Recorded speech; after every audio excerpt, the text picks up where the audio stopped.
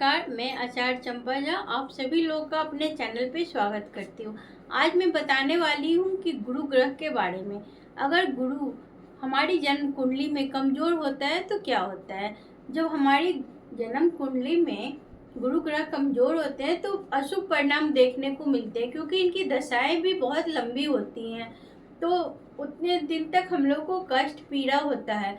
और स्त्रियों की कुंडली में गुरु का मजबूत होना बहुत अच्छी बात होती है। अगर वो अशुभ स्थिति में है तो उनको बहुत कठिनाइयों का सामना करना पड़ता है, क्योंकि गुरु संतान का, बुद्धि का, पुत्र का, कैरियर का, इन सब सारी चीज़ों का कारक गुरु ही होता है हमारी जन्म कुंडली में।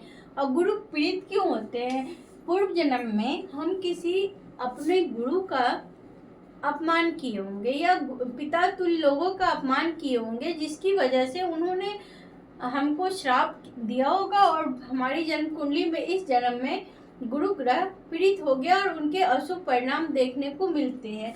तो हम लोग कैसे जाने कि गुरु हमारी जन्म कुंडली में कमजोर है या अशुभ स्थिति में है? तो आइए जानने की कोशिश कर रहे हैं कि जब भी जन्म कुंडली में गुरु 6, 8, 12 भाव में होगा या गुरु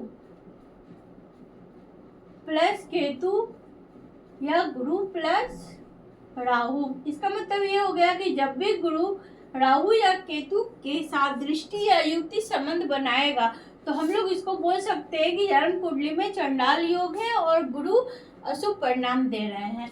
अगर यही गुरु नीच राशि में बैठ जाए, मकर राशि में, उस समय भी ये अच्छा रिजल्ट नहीं देते। गुरु प्लस शनि, मतलब गुरु और शनि की युक्ति हो जाए, दृष्टि संबंध बन जाए कहीं भी जन्म कुंडली में, तो भी ये अच्छे रिजल्ट नहीं देते हैं। तो मैं आप लोगों को ये बताने जा रही हूँ कि जन्म कुंडली में गुरु को कैसे मजबूत करें।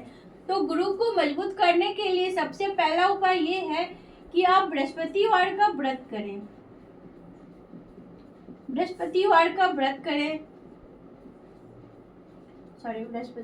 व्रत, पीले कपड़ों का दान करें। जितना हो सके पीले कपड़े का खुद कम पहनना है, पीले कपड़े खुद कम यूज करना है और उसका दान ज्यादा करना है। ऐसा नहीं कि खुद पीला कपड़ा पहन रहे, दान लाल, काला, नीला ये सब कर रहे हैं। पीले कपड़ों का दान करना है।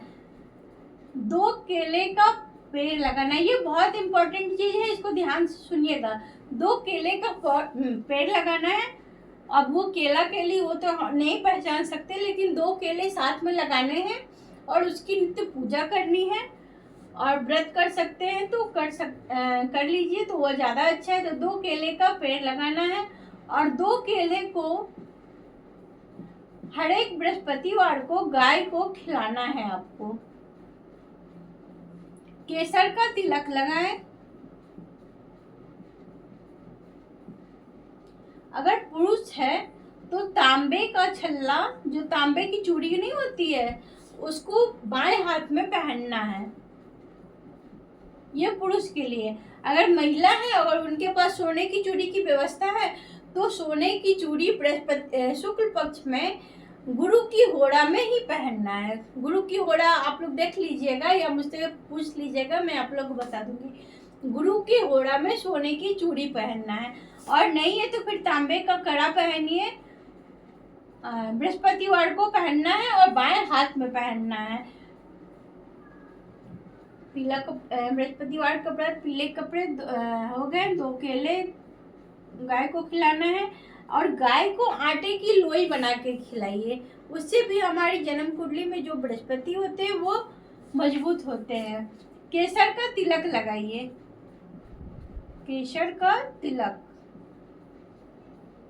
एक छोटी डिब्बी ले आइए, उसको किसी चांदी के बर्तन में रखिए। ऐसे फफूंदी लग जाती है ना, और चांदी की डिब्बी में रखेंगे तो उसमें फफूंदी नहीं लगती।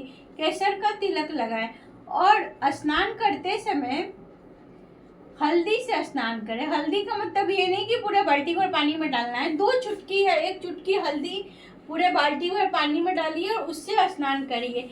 इन सारी उपायों को करने से जन्म कुंडली में गुरु मजबूत होता है और रत्न में आप पोखराज धारण कर सकते हैं।